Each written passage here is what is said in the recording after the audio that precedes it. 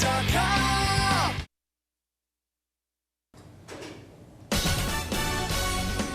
As a city, and I know that we're much better than this. We know that the world is watching, and we cannot allow our city to devolve into chaos. Well, chaos is what they have in Baltimore. Violence and destruction spreading throughout the city. Schools are going to be closed today. Sports games have had to been postponed. And only hours ago, the National Guard started to patrol the streets. Much more on the situation coming up. In Fort Myers this morning, patrols are beefed up around Oleander and Iroquois Avenues after an attempted kidnapping. Big News spoke to the teenage victims. Hear how they describe this terrifying encounter coming up.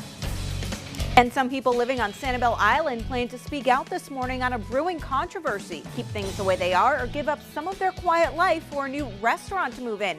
I'll have the details of that story just ahead. From the channel that brought you High School Musical comes the next summer teen movie. This one is still set in high school, except that the kids have some pretty famous parents. You'll see why coming up.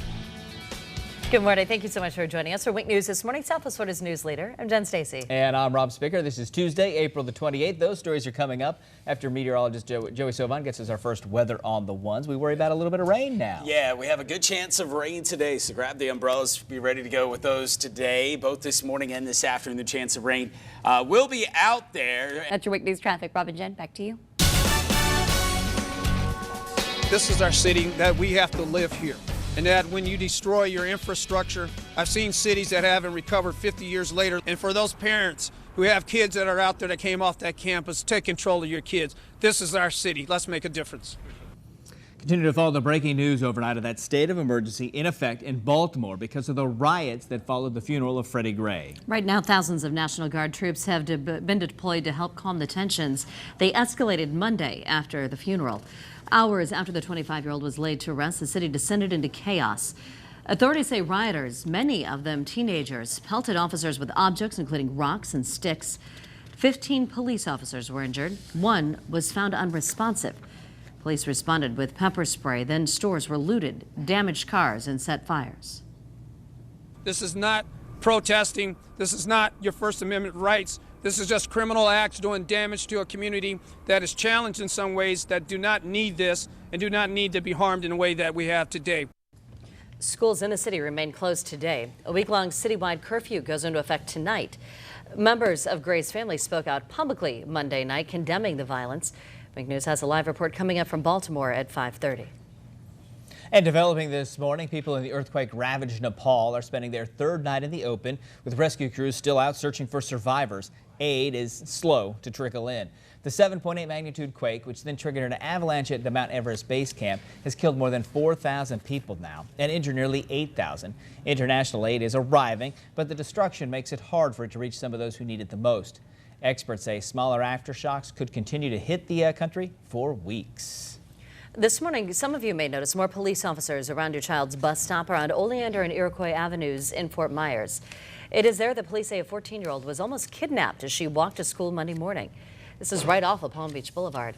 The teen said it happened around 9 in the morning. A man drove up and told her that he'd pay her if she got into his car. The teen told him she didn't want his money and then started walking back toward her house. The man got out of the car and yelled at her, but she ran and told her mother about the incident. Her mom called police. I feel pretty scared and shocked that something like that would happen to me because I never thought I would be a victim. It's not right, especially for older guys trying to take little kids. I mean, me, I have 2 kids of my own. I wouldn't want that. The teenager describes the man as in his mid to late 30s, about 5'6" tall with a beard. She says that he was driving an older gray 2-door convertible with lines in the rear panel that appeared to be designs. If you know who this man is, you are asked to call police. This morning, people in Sanibel are meeting to discuss the future of a popular restaurant on the island. Doc Ford's wants to move to a new location that's closer to Sanibel's entrance, but some who live there say that changes the nature of that area. Wink News reporter Stephanie Susskind is in the studio with more on this proposal. Stephanie? Good morning. The owners want to build a new Doc Ford's across from the street from Bailey's grocery store. It's right next to Lilly & Company along Tarpon Bay Road. And if you drive on the island, especially during season, you know this is a very busy spot. Now today, the Sanibel Planning Commission will hear arguments for and against that new location. Some believe it will improve the economy, while others think it will jeopardize the quiet tranquility of that area right near a preserve and hiking trails. Now, according to today's agenda, the new restaurant proposal includes a 9,000 square foot space with about 122 off-street parking spots. This is all going to be built, if approved, on a 2.4-acre lot across from Bailey's General Store. Now, right now, Dock Ford sits just off Sanibel Captiva Road, closer to the Ding Darling Wildlife Refuge Center. Today's public hearing begins at 9 o'clock at City Hall. Wink News will be there. Count on us for updates in our later newscasts. Robin, Jen, back to you. New at 5 this morning, parents who probably have been warning your kids about watching too much TV, and now you have some science to back that up. There's a study by a group of pediatricians that followed more than 11,000 kindergartners and first graders. It found that the kids that watched an hour or more a day of TV had significantly higher body mass indexes than those who watched only 30 minutes or less. TV tots were up to 73% more likely to be obese. There is an upside. Computer use isn't so much associated with a higher body weight. Researchers say most American kindergartners are watching an average of 3.3 hours of television a day. The problem is it's not just TV, right? It's the tablets, the phones. It's just everywhere. It's now. everywhere. Yeah. Exactly. Right at the break, meteorologist Joey Silvines in with our weather on the ones. Stay with us. You can see there's some rain offshore. You'll want to know where that's headed right here on Wink News This Morning. It's 5:08.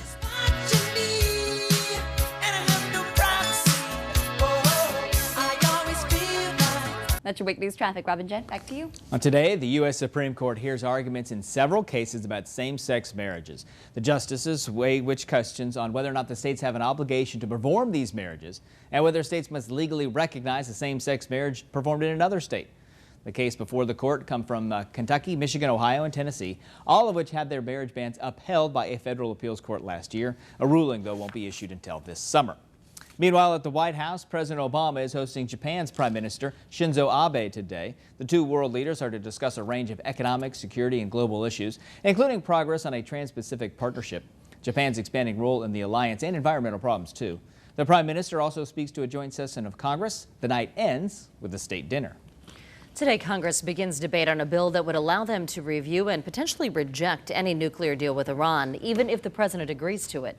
Republican presidential candidates are lining up to oppose any deal with a government the U.S. considers to be the world's leading state of sponsor of terrorism. Florida's own U.S. Senator Marco Rubio wants to add a provision requiring the president to certify Iran's leaders have publicly accepted Israel's right to exist. U.S. Secretary of State John Kerry met with his Iranian counterpart Monday at the United Nations, where he also spoke about nuclear weapons. Few things are more threatening to the ideals of the UN and to peace and security on our planet than the spread of nuclear weapons. Proponents of the bill are trying to discourage any changes to the legislation, saying politically driven amendments could undermine Democratic support and sink the measure. 5:16, and another discussion going on today in D.C. is that of the national budget. We should get an official outline today.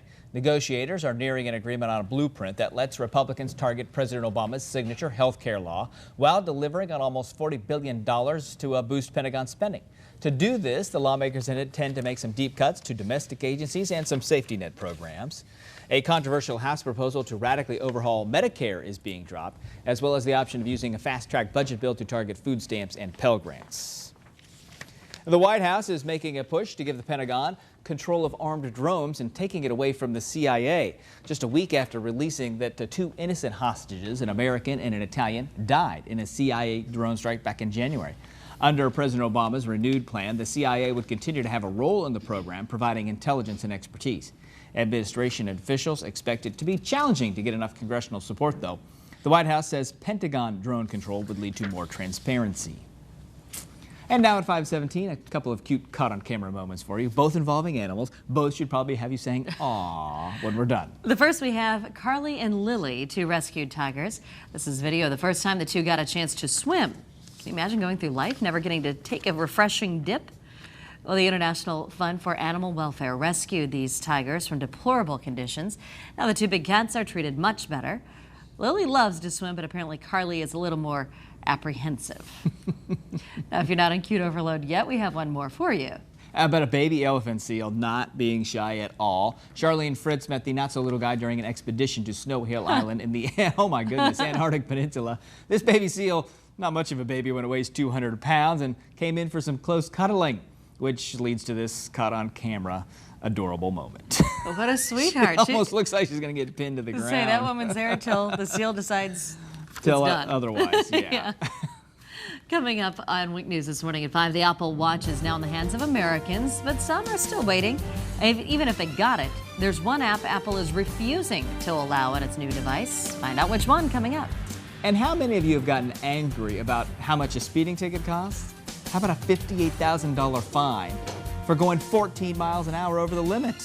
That's coming up too. But up next, meteorologist Joey Sovine is working hard over there in the Weather Center. As your weather on the One's forecast coming up every 10 minutes. Our time right now is 5:18.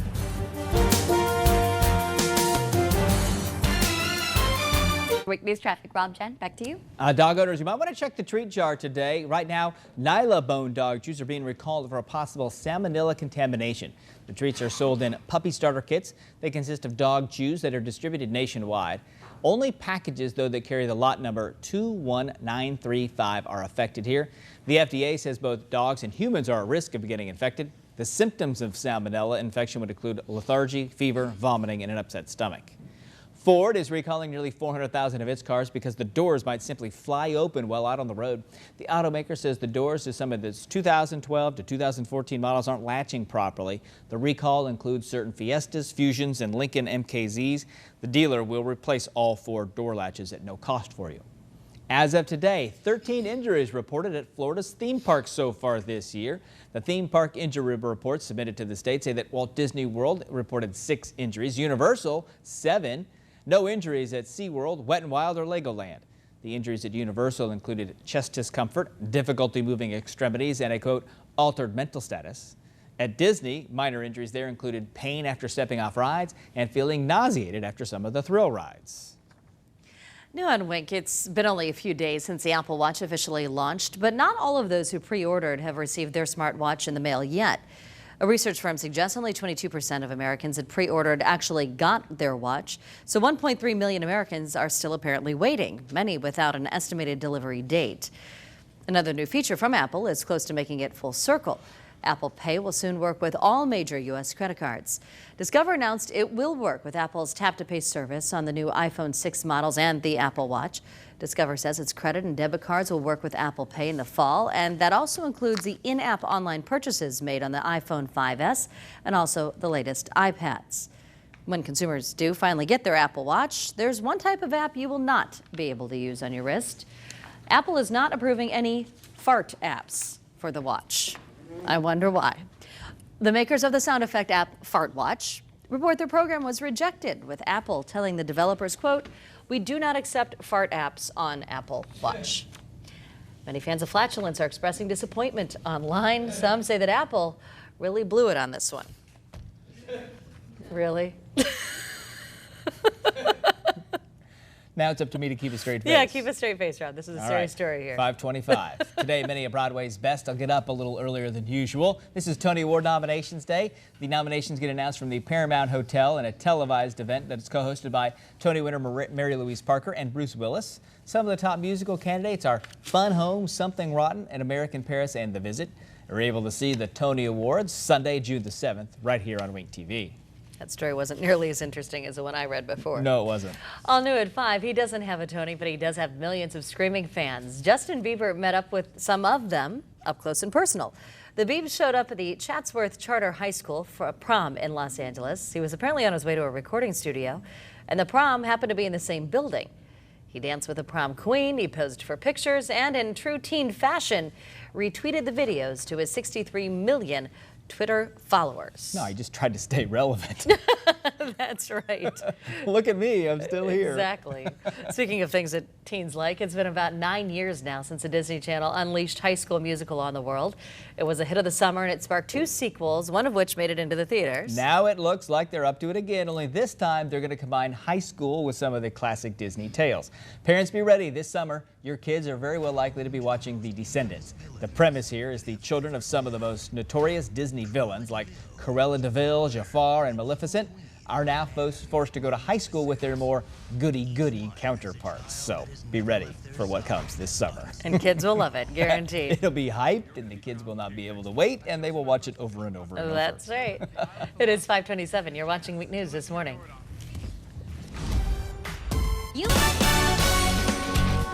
And if you saw on one scene, you had one mother who grabbed their child who had a hood on his head, and she started smacking him on the head because she was so embarrassed. I wish I had more parents that took charge of the kids out there tonight. Welcome back to Week News this morning. I'm Rob Spicker. And I'm Jen Stacy. Breaking news overnight as the National Guard is now patrolling the streets of Baltimore. Riots broke out Monday afternoon after the funeral of 25-year-old Freddie Gray. He died 1 week ago from a spinal cord injury after being taken into police custody. Now, Week News reporter Edward Lawrence is live in Baltimore right now, and he's joining us live with the situation going on there this morning. Good morning. Good morning, Jen and Rob. Right now, those reinforcements are in place. Just take a look. These are Maryland State Troopers that have come in to help the situation. They're guarding this intersection, which has one of the burned out buildings in the city. Thousands of armed National Guard members have taken position on the ground in Baltimore, where tensions continue to escalate over the death of Freddie Gray. Hours after the 25-year-old was laid to rest Monday, the city descended into chaos. Authorities say protesters, many of them teenagers, pelted officers with objects, including rocks and sticks. Police responded with pepper spray. Demonstrators looted stores, damaged cars, and set fires. The governor of Maryland issued a state of emergency Monday night. We had opposite ends of the city pulling us at the same time, so extra resources here will allow us to get on top of the issues at multiple locations. Close to 30 arrests were made and more than a dozen officers injured. As night fell, members of Gray's family emerged to condemn the violence. I want y'all to get justice for my son, but don't do it like this here. Baltimore's mayor imposed a citywide week-long curfew, which goes into effect tonight. What we're seeing isn't anger, it's destruction of a community. The same community they say they care about, they're destroying. Gray died more than a week ago from a severe spinal injury after being taken into police custody. The newly sworn-in Attorney General, Loretta Lynch, says the Justice Department will send 2 officials to Baltimore as it continues its own investigation into Gray's death. And this morning, as of those officers who were injured, 6 of them remain in the hospital, some of them pretty seriously injured. Reporting live in Baltimore, Edward Lawrence, now back to you. All right, time now to give a look at our weather out the door this morning. That's your Wake News traffic. Robin, Jen, back to you. 5:35, and today cleanup continues across many southern and midwestern states. Violent storms rip through that area. The National Weather Service confirms at least 8 tornadoes touched down in an area southwest of Fort Worth, Texas. The storm system also brought large hail and several inches of rain that caused some flash flooding and inundated roadways in the region. The tornadoes flattened buildings, tore the roofs off of other structures, forced a lot of people to rush for shelter. Thankfully, no injuries have been reported, though. More than 11,000 people are without power. This video out of Jefferson Parish, Louisiana is just incredible. Did you see that? Watch again. The camera was rolling as a local news station caught this happening during severe storms Monday morning. Strong winds literally forced some train cars off of the elevated tracks in Jefferson Parish. That was near the Huey P. Long Bridge. Amazingly, no injuries were reported despite what that aftermath looks like, as you can see here on the screen. The New Orleans Public Belt Railroad says the rail cars were empty and didn't contain any hazardous materials. New for you this morning, the captain of the South Korean ferry that sank a year ago, killing nearly 300 people, will spend the rest of his life in prison. An appellate court handed down that sentence overnight, and it is more time in prison than the captain was first sentenced to. A court spokesman says the life sentence is because the court now has convicted the captain of homicide. South Korea recently agreed to salvage the ferry so they could help find the cause and maybe the 9 victims that are still missing. Life-saving help may come a little later for those on Lee Memorial Hospital's organ donation list. Lee Memorial shut down its live donor kidney transplant program after one of their donors died. They tell us a review is underway now to go through transplant-related procedures and protocols to determine when the program will reopen. Lee Memorial Hospital tells us 25 people are on the live donor transplant waiting list. While that program is on hold, the deceased donor transplant program is still operating. Caught on camera this morning, a sleeping gas station clerk and a very brave thief. Look at the surveillance video out of a gas station in Oakland Park over near Fort Lauderdale. It shows, according to officials, 25-year-old Dennis Norman flipping off the camera just before he allegedly steals a Good Humor ice cream cooler. It took him almost 15 minutes to push and drag it slowly away, all while the clerk was enjoying a nap. Police arrested Norman a few weeks later. They've charged him with grand theft. Man, he's pretty brazen, isn't he? That's an interesting thing to choose to steal. Yes, it is. What do you do with that? Hard to tell. Right at the break, meteorologist Joey Somines in with our Weather on the Ones forecast. He's tracking that rain offshore. I'll let you know when it makes it onto land. Coming up with our next Weather on the Ones, it's 5:38.